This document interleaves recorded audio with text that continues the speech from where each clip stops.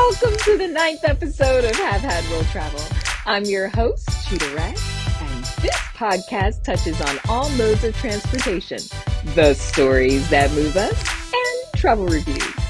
In this episode, we're diving into the unseen side of travel with a special guest who spent decades behind the scenes at one of the busiest airports in the world, Miami International. Our guest, a retired baggage handler, has seen it all. The odd, the heavy, and the outright bizarre items passengers entrust to their luggage. From the art of handling delicate cargo to the occasional chaos on the tarmac, they're here to share their stories and insights from a career spent in the trenches of travel. So grab your itinerary boarding pass, sit back, the seatbelt sign is on, and get ready for this fascinating behind-the-scenes journey. Welcome. Thank you so very much. It's a pleasure to have you on. How are you doing today? I'm doing good. I'm doing real good. So in the decades we've known one another, we've never really talked shop, and now I'm excited to know. What's the most bizarre or unexpected item you've ever found in someone's luggage? The most bizarre, I would say, I don't even know what kind of show this is, so let me see. Let's just say it was a vibrator. Can I say that? You can say that, yes. So, and we check the luggage in as we go, and as I'm checking the luggage in, it's vibrating. It's going. So Oh no!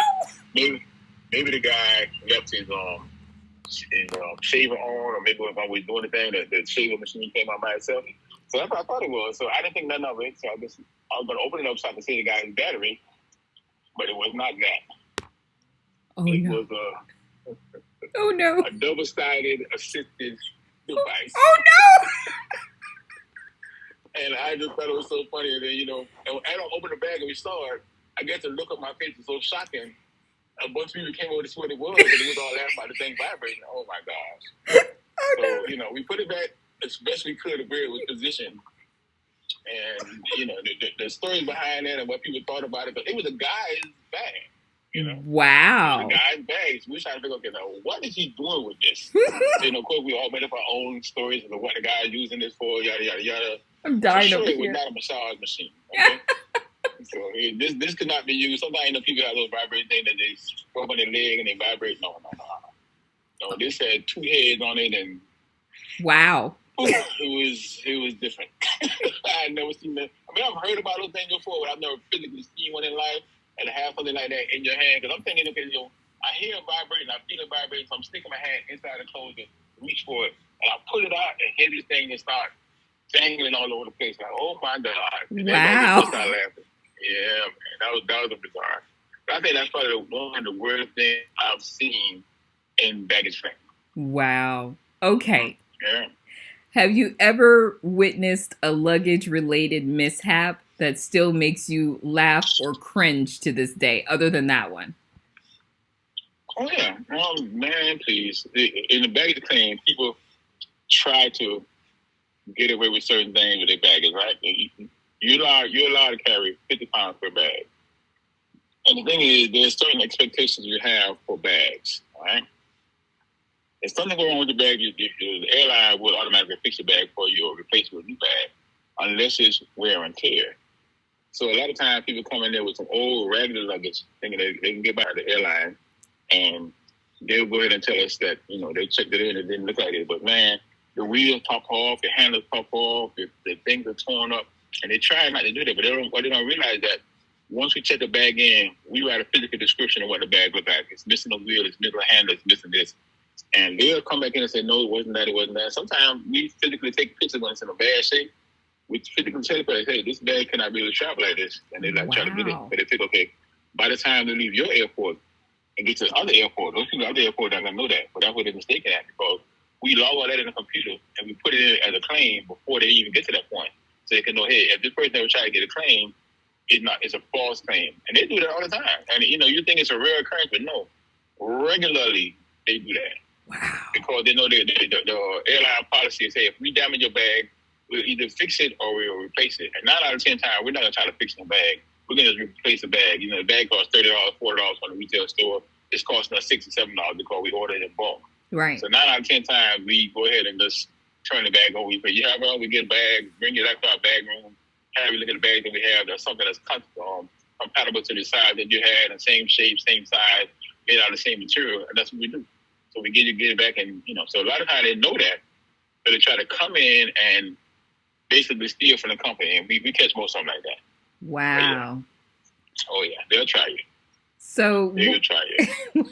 What's the heaviest or most unwieldy piece of luggage that you've ever had to deal with?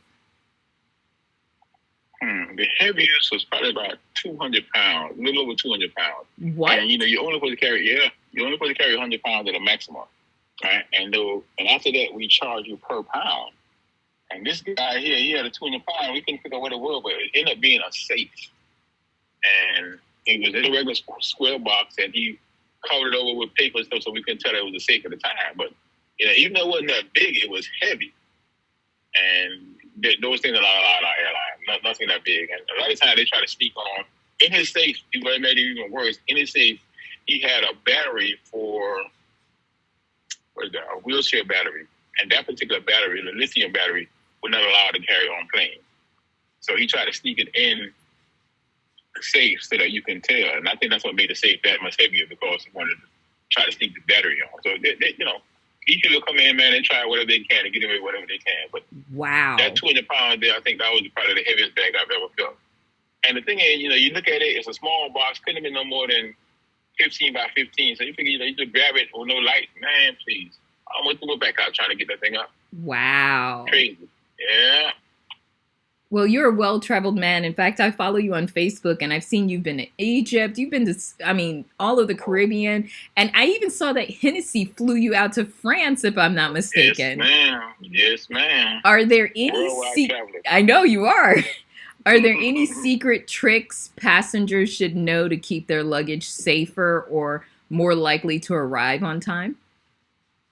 The thing is, if you're going to check your bag in within an hour's time, that's your best bet. If it's an international flight, you try to get it 2 hours ahead of time. Domestic flight is a good hour.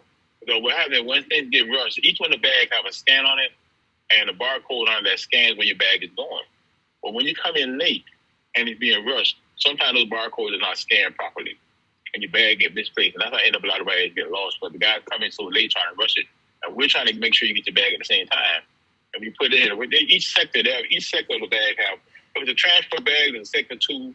If it's an international bag, it's a sector 4. If it's a domestic bag, it's sector 3. And the domestic, the bag that was number 1, we call it the hot bags. I mean, you have less than 30 minutes to make a connection. Right. Right? And when you have less than 30 minutes to make a connection, we put it in the sector 1. So that's the first bag off the plane. Right. So sometimes when you're going in, and even though you're going to, let's say from Miami to Atlanta, that's normally a sector 2 bag. But if you come in late and you're trying to get the flight on time, we try to put in sector 1. And the sector 1 bag and the sector 2 bag end up getting misplaced sometimes. Oh. Because those guys are not there on time to make the transaction work the way it's supposed to work. So a lot of time it's customer-related issues why the bags are missing. Another thing will help with that is the boarding guide and label your bag properly. Mm-hmm. Your name, your address, your phone number, so that something happens to your bag, we'll be able to reach you and find you. A lot of bags don't have the tags on them, the proper name on them, so we don't know who the bag belongs to. It's just there. And if something happens and the bag tag itself falls off, now for sure we have no idea how to get in contact with you as far as this is your bag, you know what I'm saying? So that happens a lot. So in the baggage claim, we always try to make sure that we make sure the bag tag is actually sealed onto the bag so that it could make sure it's getting to its destination. Sometimes stuff happens and it's going to fall off, and if it falls off, if your bag is not properly labeled with your name, at least your name and your phone, but nothing else, then that could be a problem. I always try to tell people, put it in 2 different places, one on the handle and one on the side, so that way, if something happens, one of these tags is going to stay on the bag. I've also heard to place your information on the inside of your bag as well, so that if anything happens and they open up your bag, even TSA, they'll see your name, your address, your phone number, or put it somewhere in the bag where in the clear zippered area so that if any of those tags and they open it up, they'll have a way to find you. And I tell people the exact same thing too. I sit down and say, here, on this piece of paper here, write your name, your address, phone number right here, so put it inside your bag. A lot of people get worried about that because they think people trying to steal that identity. I'm not trying to steal your identity. It's just, this is your safety. Right. If something happens, and we open up the bag, we know what it goes to. Every year, we sit down at the end of the year, and we have literally hundreds of unclaimed bags that we end up selling back to the public. Wow.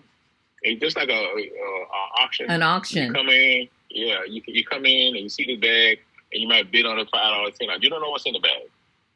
Okay, it's just like one of those. It's just like Storage Wars. Yeah, it's the one, Storage War, but with bags. Wow. So you have no idea what's going on in the bag and nothing like that. You just bid on it if you like a particular bag, the size of the bag, what have you. Oh my goodness. And, I want to do that. The next time I'm in Miami, will you take me to one of these baggage wars? We do that once a year. Next time I will do that. I'll find out what it is and then you come out and do it. But yeah. That would be amazing. And I'm going to do the podcast from there too. Yeah. Sometimes you get good stuff. Sometimes you get garbage. Sometimes it be closed. Never know. Sometimes you might end up with one of those two-headed monsters I told you about. Oh, Lord. So it's there. You just taking a chance. Just like Storage War. You just bid on it and whatever you come up with. But on the average, you spend maybe $10, $15 on a bag. Worst case scenario, you got a good bag that you wanted anyway. Right. I like some it. Clothes in there. I bought the bag like that the same way. I just wanted the bags. So I did it. And all the clothes I was in, I just took the salvation. I'm a good deal and gave it away because I didn't want it. I just want a suitcase. But, we let the suitcase. We give them 90 days for you to claim it at the airport itself. Uh-huh. And after the 90 days, we take it to our storage. And our old storage, it stays there for 6 months. And after 6 months, we ship it to Chicago. And Chicago has a big sale where they do once a year. And sometimes we keep those bags that we know are local bags. Like it might have a Miami tag on it, what have you. We keep those locally here, those people come around. And at the end of the year, we just sell the bags. Unbelievable. So tell me, what's a typical day like for a baggage handler during the peak travel season, like the holidays? Oh my gosh, that's like the worst time of year for the holidays. Like Thanksgiving, Christmas time, that's ridiculous because, again, everybody's in a rush. Everybody want to make sure the bag get there. We're trying to make sure your bag get there to you too because we know that if the bag is not there, you're going to mess up your holidays. So we try to make sure we get that. Even though it's chaotic during that time, I think that's probably one of our most efficient times because we try to make sure everybody get their bags for sure. We ask different questions, we make different routes, and we make sure that each one of those bags, when we scan it, we scan it when they got back from you. We also scan it again when you get to the plane. And then we scan it again when it's coming off the plane. So there's 3 different times. Between those 3 scans, your bag should not get misplaced unless you did something wrong. Right? And sometimes people try to trick the system. And what they do is, let's say I want to go to LA, right? Or I want to go to Vegas. So I will buy a trip that says I'm going to LA. And I'm actually going to Vegas. The first stop is Vegas, and the next stop is from Vegas to LA. But where I want to go is Vegas. So I buy the ticket to sell LA because it's cheaper. And when I get to Vegas, I get off the plane. Now I'm looking for my bag. Your bag is going to continue on to LA where you said it's going to continue on. Oh. They get a big fuss about that. But they're trying, any nonstop flight is cheaper than direct flight. Of course. So if you're making 2 stops, it's better. So they originally want to go to LA, Vegas. But when they check their bag, the bag is checked through to LA. And now they're mad because their bag's not there with them when they try to make us try to get the bag. We don't do that. We will charge you a full fare ticket to get your bag back because that's what you did. Yeah. And a lot of people don't realize that. Sometimes you get away with it. When you file a claim and say my bag went up in Chicago, I don't know, it ended up in LA when it's supposed to be here with me, yada, yada, yada. And it depends who the claim agent is. They might just say, you're right. They just feel like it's a lot less work about just going and redirect your bag back. Call LA and say, LA, hey, James Harris lost his bag. It's this tag number. There. Oh, yeah, we got it here. Okay, we sat back here to Vegas for us, and we'll do that courtesy with no problem.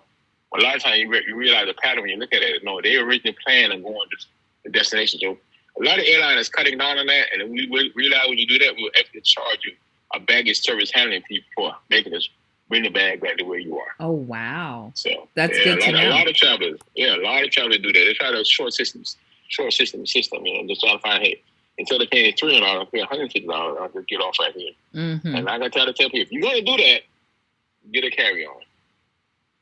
I hear but people going to do it. Yeah. But you have a carry-on, you have to worry about nothing. You get off, you're done. You don't worry about the second leg of your trip. and that's it. I mean, that's better off for you. But every time you check a bag, best believe your bag is going to its final destination.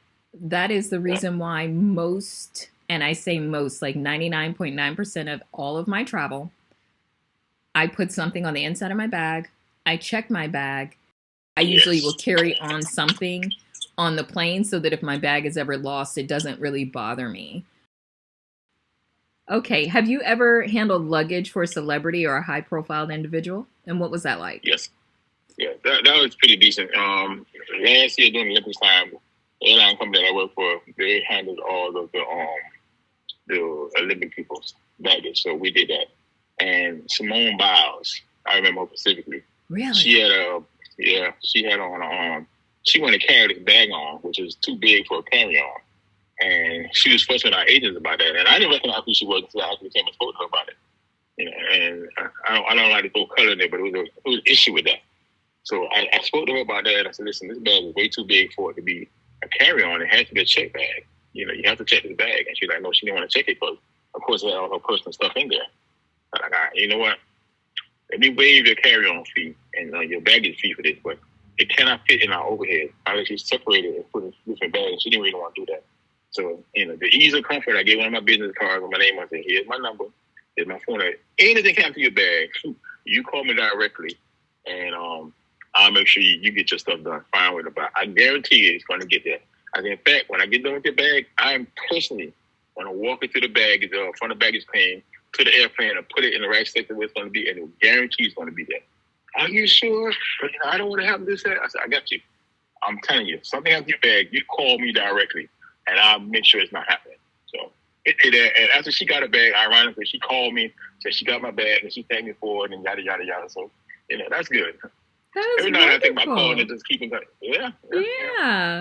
And, you know, celebrities come through there all the time, especially in Chicago. And, man, you know, I've checked Michael Jordan stuff in before, Scottie Pippen stuff in before. You know, those guys from Chicago Fire, they come through there all the time. You know, so it's just a matter of running into people and they do this kind of thing. And sometimes they think because they're celebrities, you know, their bag is supposed to be held a certain way. I'm like, no, it doesn't matter. There's no what's your status here. This your bag. You're gonna go to the same place everybody else's bag go. There's no hierarchy because you are this person, you're that person. You know, so yeah. But that's their reality check, and that's how I go. Awesome, awesome. Well, thank you so very much for giving us a peek into the fascinating and often overlooked world of baggage handling. Your stories and your advice offer a whole new appreciation for what goes on behind the scenes to make our travels smoother. Not a problem. I'm glad I was able to help a little bit. Thank you. All right. Thank you for joining us on Have Had Will Travel. Please keep engaging authentically, living your story to the fullest, and stay tuned for more insights, interviews, and discussions in our upcoming episodes. You know, we all carry baggage. Just make sure yours is worth the wait. Until next time, travel light, travel far, and you always keep an eye on your luggage. And don't forget to make the most of this beautiful day. Have Had Will Travel. Xheetah loves you. Bye-bye.